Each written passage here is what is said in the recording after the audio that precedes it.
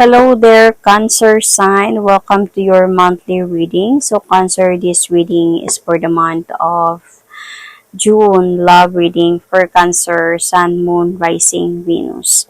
So, Cancer, hindi lahat ng Cancer maka-resonate sa reading na to. So, takes what resonates and leave the rest. Cross watchers, pwedeng kayo to at hindi sila Cancer sign. So, put yourself in a situation kung saan kayo naka-resonate. So, Cancer, if hindi kayo naka-resonate sa reading na to, please to check your other placements, your Sun, your Moon, your Rising, your Venus sign, dahil pwedeng doon kayo maka-resonate at hindi dito. So, Cancer, if hindi kayo naka-resonate at all, this reading is not for you. So, I will going to pull an oracle card for you and your person. And let's see mamaya kung ano yung pwedeng mangyari this month of June, Cancer. Based sa story na makikita natin ngayon. Okay?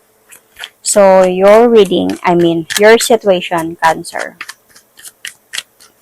Cancer, month of June, love reading. Cancer, month of June, love reading. Cancer, Sun, Moon, Rising, Venus, month of June, love reading. Situation for Cancer. Cancer. Silent treatment to para sa akin. Vacation, hideaway, adventure, escapade. So for me, this is like umiiwas ka. Pwedeng some of you nag-deactivate ng account. Some of you soul searching, giving silent treatment to your person. Let's see, Cancer, your person situation.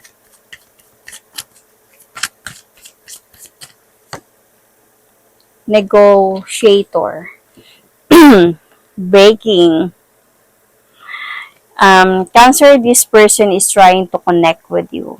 This person is trying talaga na parang feeling ko begging you. Parang bargaining is parang feeling ko nagsosorry talaga to siya sa'yo. Parang, sige, hindi ko na gagawin, hindi ko na uulitin to. Parang ganyan. Hindi ko na ulitin to, patawarin mo lang ako. It's trying to connect with you and ikaw yung umiiwas. Hindi mo siya kinakausap.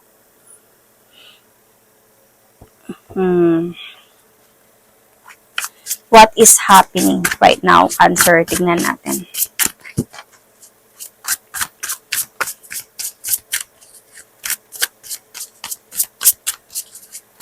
Cancer, what is happening?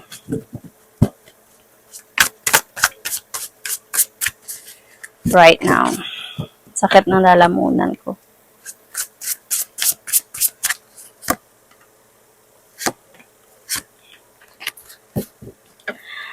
Cancer. So, this person talaga is bumabalik talaga siya sa'yo, Cancer.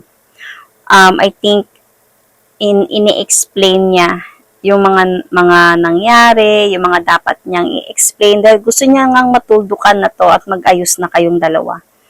So, parang bumabalik siya sa'yo na parang in a matured way na gagawin ko na yung responsibility ko o ano man yan. Hindi na kita iiwan, hindi na kita luloko, hindi na kita sasaktan, mga ganong mga bagay. Kasi nag-o-offer talaga siya sa'yo ng new beginning dito. And gusto niyang maayos yung mga nawasak sa inyong dalawa. Kinakausap ka talaga niya, kaya nga nakipag-negotiate siya sa'yo dito.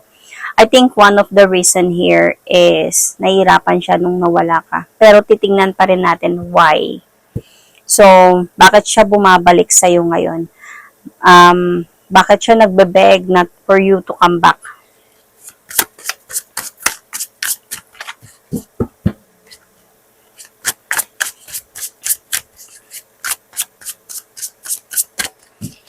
So, why this person is coming back?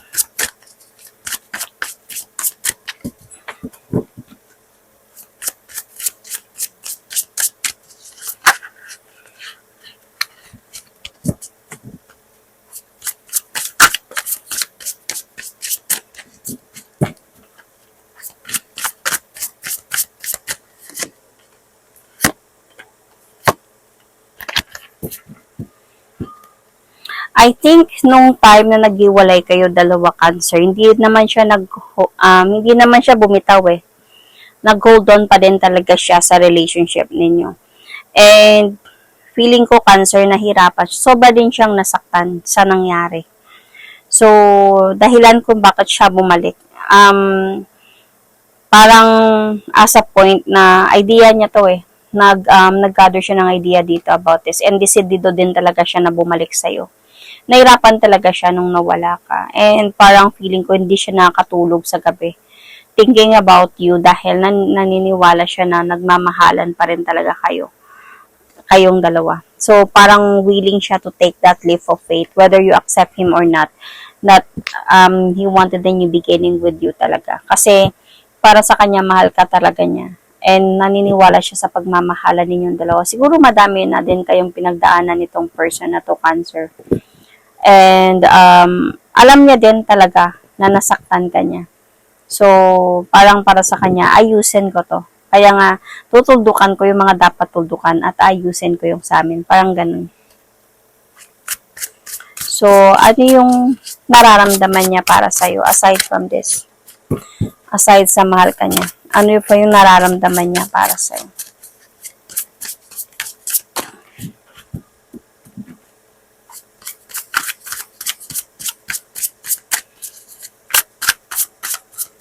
Ano yung nararamdaman niya towards you?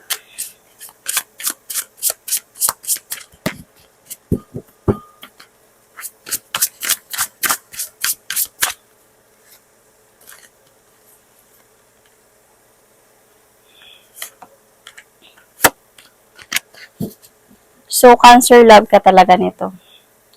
Yung bang feeling niya, gusto niya, ikaw na yung makasama niya bang buhay?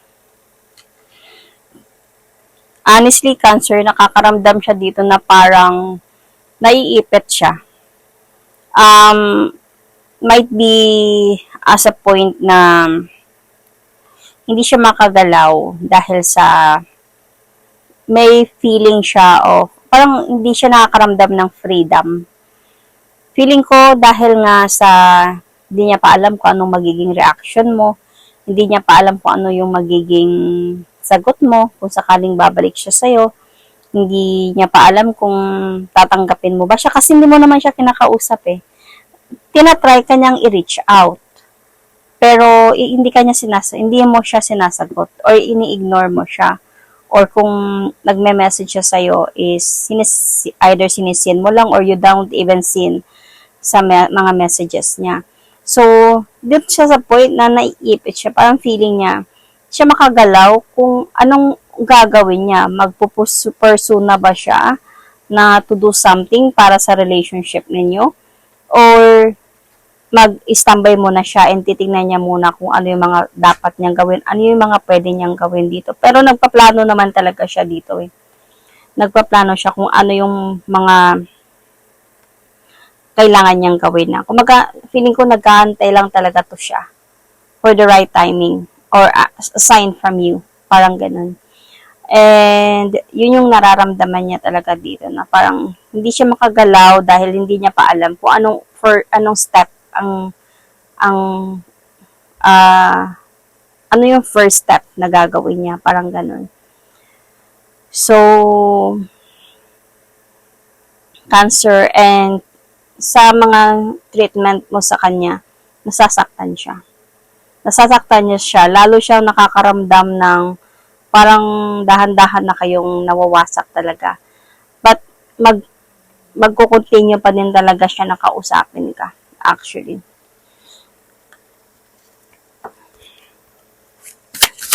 Ano yung nararamdaman niya para sa'yo?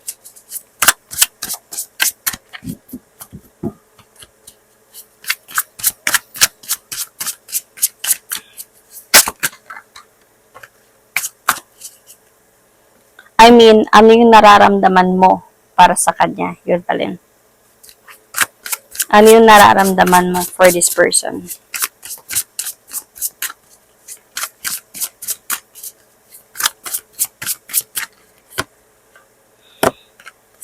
Mahal mo din naman to siya, Cancer.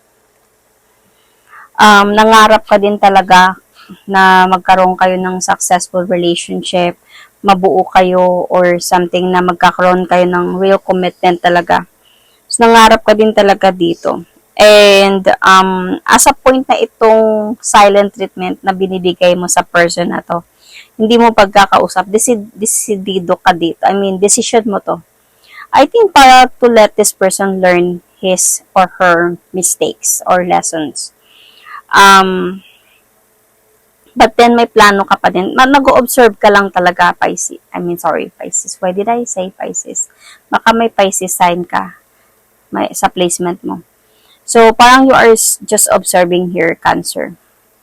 Ini-observe mo lang talaga yung person na to. First, tignan mo kung hanggang saan niya kayang magtiis or mga ganun. Kasi feeling ko may issue kayo about cheating eh. Kung totoo na ba talaga siya, kaya niya ba talaga panindigan yung mga sinasabi niya, yung mga messages niya. Feeling ko kasi alam mo, nagme-message siya sa'yo eh. Hindi, ini-ignore mo lang siya. Pero honestly, namimiss mo siya. Namimiss mo to. Minsan nako-confuse ka din. Totoo ba tong sinasabi niya? Or papatawarin ko ba to? Or iwalayan ko na to ng tuluyan? Mga ganong mga bagay. So, tingnan natin ano yung pwedeng mangyari this month of June, Cancer. Based sa story na to.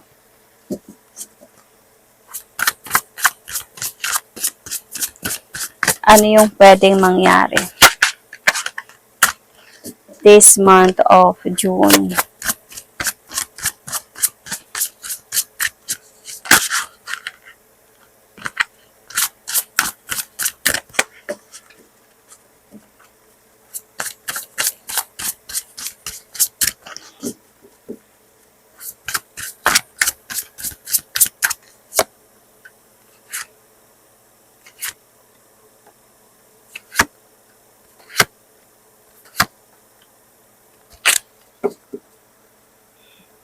So, itong person na to, mag-aantay lang din talaga siya ng sign from you. Feeling ko, itong bargaining na to, nagne-negotiate siya sa'yo or begging you to come back could be, is still continue na to, niya to gagawin. Parang gusto niya talaga na mag-umpisa kayo ulit. Parang ganyan. Nag-aantay lang talaga siya ng sign from. Naniniwala pa din itong person na to na nagmamahalan pa din talaga kayong dalawa. Ramdam niya yun. Ramdam mo din naman yun eh. Ramdam mo din to. Pareho naman kayong di makakatulog sa gabi sa kakaisip sa inyong dalawa. Char. Sa kakaisip pala sa isa't isa. And feeling ko darating yung araw, mag-aayos din kayong dalawa. Magkakaayos. There is a possibility of like victory in your relationship here. So, and I think na mabalik din yung harmony ng pagmamahalan ninyo, magkakaintindihan kayo ulit, magkakabalikan din kayo ulit in the future. Kasi I think you're very compatible. Cancer, you might be dealing with your compatible sign. Could be. So, might be this month of June, may mga times pa talaga na mag-aantay pa talaga siya ng sign from you, pero might be this month of June is magpaparamdam ka na ng might be merong chance pa itong relationship ninyo. So, in the future, there is a possibility of like pag-aayos sa inyong dalawa. So, Cancer, you might be dealing here with Pisces, okay, or you might have a Pisces in your chart. You might be dealing here with a Capricorn, Gemini, or Virgo, Libra,